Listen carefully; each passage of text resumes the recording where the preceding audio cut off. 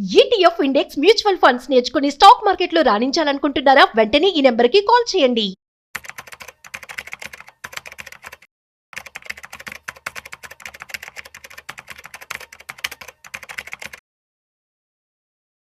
Hi hello నమస్తే, welcome back to Suman TV. ప్రస్తుతం మనతో పాటు ఉన్నారు certified financial planner Madhavi Reddy గారు. మేడంతో మాట్లాడదాం. నమస్తే మ్యామ్. నమస్తే అండి మేడం, మరి మార్కెట్ అప్డేట్స్ చూసుకుంటే ఒకసారి ఈ వీక్ ఎలా ఉంది, నెక్స్ట్ వీక్ ఎలా ఉండబోతుంది, మరి war impact, Israel Iran war impact కూడా మార్కెట్ పైన ఎలా చూపిస్తుంది అంటే ఒకసారి.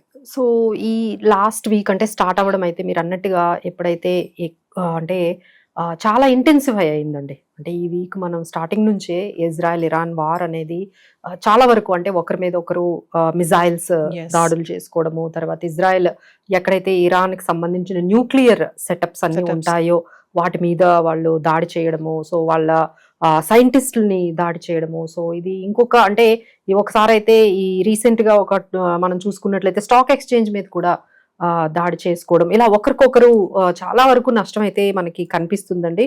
సో అది ఎలా వెళ్తుంది అనేది మనకి ఇంకా ముందు ముందు చూడాలి. సో రైట్ నౌ అయితే ఈసారి మార్కెట్స్ ఈ రోజు అయితే మాత్రం ఫైనల్ గా ఫ్రైడే రోజు అంటే ఏవైతే లాసెస్ వచ్చాయో అవన్నీ కవర్ చేస్తూ సెన్సెక్స్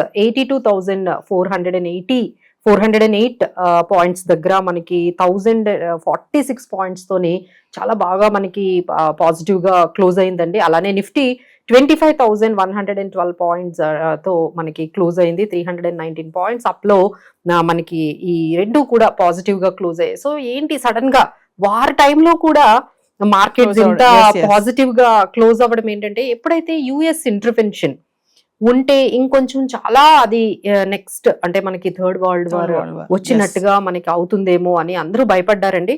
బట్ యుఎస్ ప్రెసిడెంట్ ఏమన్నారంటే, మేము ఇప్పుడే వార్లోకి మేమైతే పార్టిసిపేట్ చేయము, మేము కొంచెం టైం తీసుకుంటాము, maybe we might take 2-3 weeks time తీసుకొని మా డెసిషన్ ఏంటి చెప్తాం, అసలు ఈ వార్ లో యుఎస్ ఇన్వాల్వ్మెంట్ డైరెక్ట్ గా ఉంటుందా లేదా అనేది ప్రస్తుతానికైతే పాజ్ వచ్చిందండి. ఎప్పుడైతే ఆ పాజ్ రాగానే కొంచెం మార్కెట్స్ రిలీఫ్ గా కొంచెం ర్యాలీ అయితే మనకి ఈ రోజు ఆ న్యూస్ తో కొంచెం మనకి పాజిటివ్ గా మనకి కనిపించాయి. బట్ వేరాజ్ అదర్ థింగ్స్ అయితే ఇంకా అంతే కొంచెం మనకి టెన్స్డ్ గానే ఉందండి.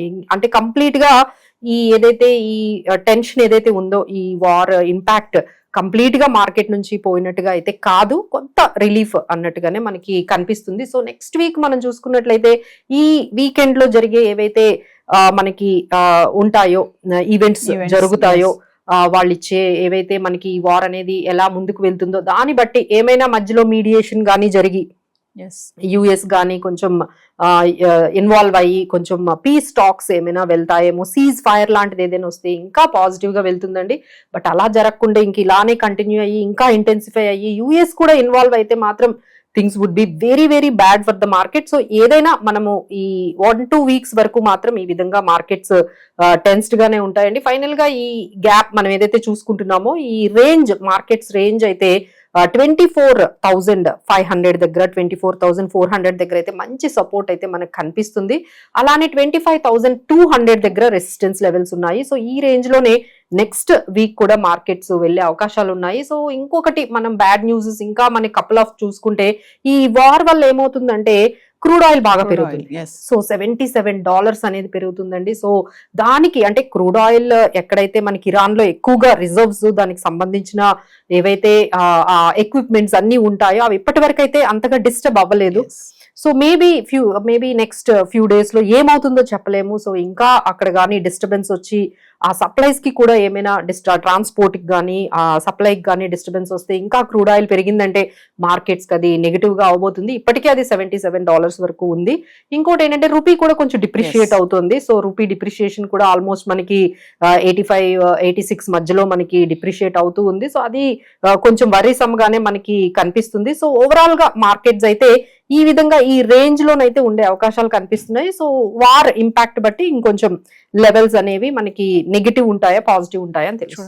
Coming to gold trading madam, మరి గోల్డ్ చూసుకుంటే ప్రైస్ మరి 1 lakh వరకు వెళ్ళిపోయింది. మరి దాని ఇంపాక్ట్ ఎలా ఉంది? సో గోల్డ్ ఇప్పుడు మేము చెప్పేది ఏంటంటే ఒక రేంజ్ లోని స్టక్ అయ్యే అవకాశాలే ఎక్కువగా కనిపిస్తున్నాయండి. ఎందుకంటే ఒక్కసారిగా 1 lakh అబౌవ్ వెళ్ళింది, 1,02,000 వరకు గోల్డ్ అనేది వెళ్ళింది. ఎప్పుడైతే ఈ వార్ అనేది ఇంటెన్సిఫై అయిందో, ఎప్పుడైతే ఇది కొంచెం యుఎస్ ఇంటర్వెన్షన్ ఉండకపోవచ్చు, అనే న్యూస్ రాగానే మళ్ళీ గోల్డ్ బిలో 1 lakh కి వచ్చేసిందండి. సో అలానే క్రూడ్ ఆయిల్ కూడా కొంచెం ఈ వార్ ఇంటెన్సిఫికేషన్ అనేది మనకి తగ్గుతూ ఉంటే మాత్రం కొంచెం క్రూడ్ కానీ గోల్డ్ కానీ కొంచెం తగ్గే అవకాశాలు ఉంటాయి. సో గోల్డ్ అయితే మాత్రం ఒక రేంజ్ లోనే స్టక్ అయినట్టుగా మనకి కనిపిస్తుంది. కమింగ్ టు మరి అప్డేట్ చూసుకుంటే ఐపీఓస్ మేడం, మరి ఐపీఓ సంగతి ఏంటి?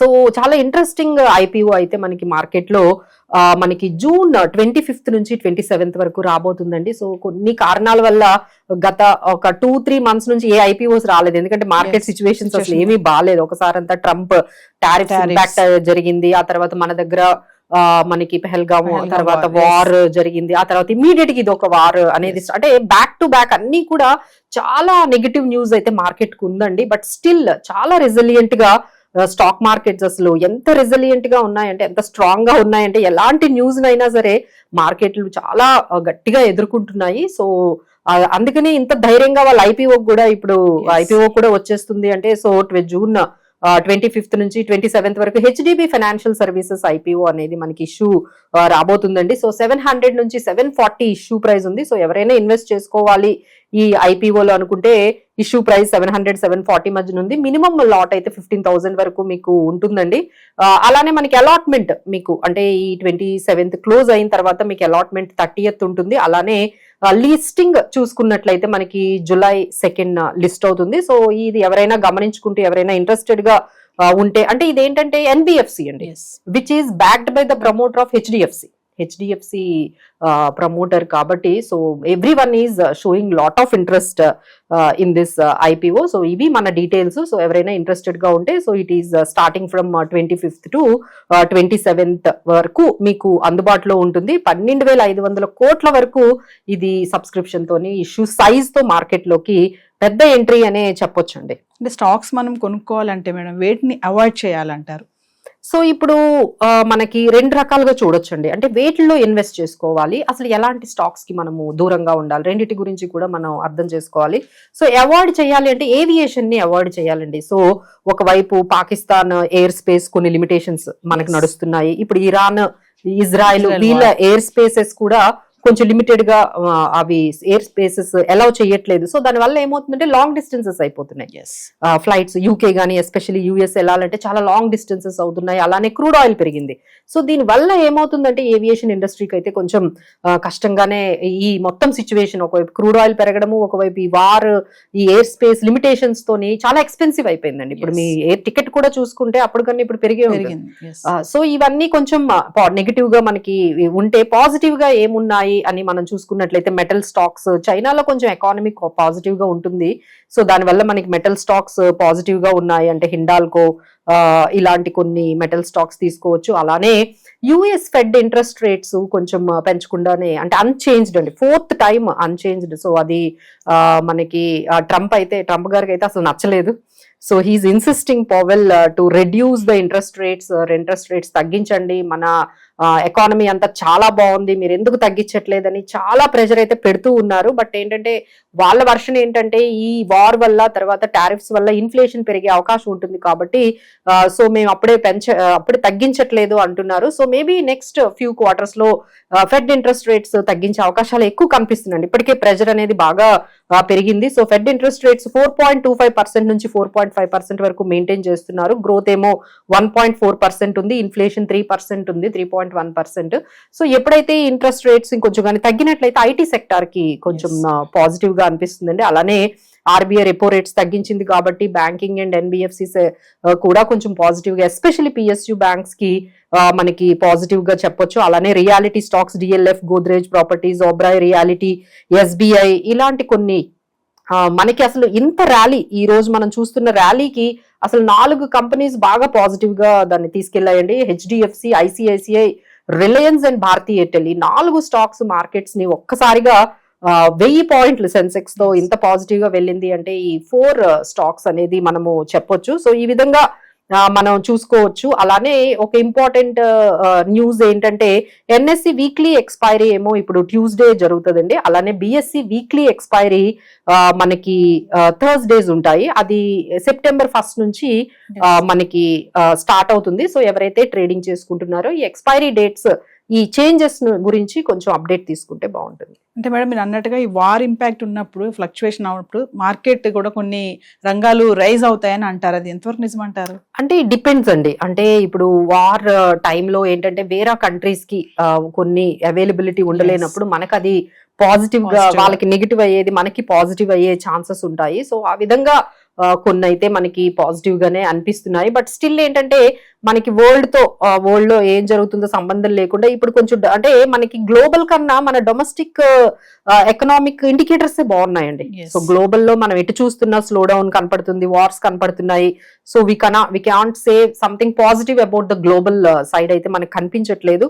బట్ డొమెస్టిక్ సైడ్ మాత్రం మన వైపు చూసుకుంటే రీటైలర్స్ చాలా చాలా స్మార్ట్ గా ఇన్వెస్ట్ చేస్తున్నారండి. సో ఎప్పుడైతే మార్కెట్స్ కొంచెం తగ్గినా, అంటే మార్కెట్ కొంచెం క్రాష్ అయినా ఇమీడియట్ గా ఇన్వెస్ట్ చేస్తున్నారు.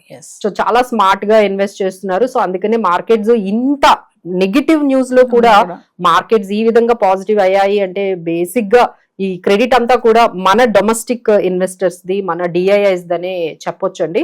సో ఎప్పుడైతే మార్కెట్స్ కొంచెం పెరుగుతున్నాయో ప్రాఫిట్లు కూడా బుక్ చేస్తున్నారు. సో అందుకని కొంచెం ఈ రేంజ్ లోని మార్కెట్స్ అనేవి స్టక్ అయింది. బట్ స్టిల్ ఎవరైనా కొనుక్కోవాలి, స్టాక్స్ కొనుక్కోవాలంటే IT, metal sectors, PSU banks, అలానే ఎన్బిఎఫ్సిస్ కి కొంచెం లెండింగ్ ప్రొవిజన్స్ కొంచెం ఈజీ చేసిందండి ఆర్బీఐ. సో ఏవైనా గోల్డ్ లోన్ ఇచ్చే కంపెనీస్, ముత్తూత్ ఇలాంటి కంపెనీస్ ని కూడా వాళ్ళు బై చేసుకోవచ్చు. Thank you madam.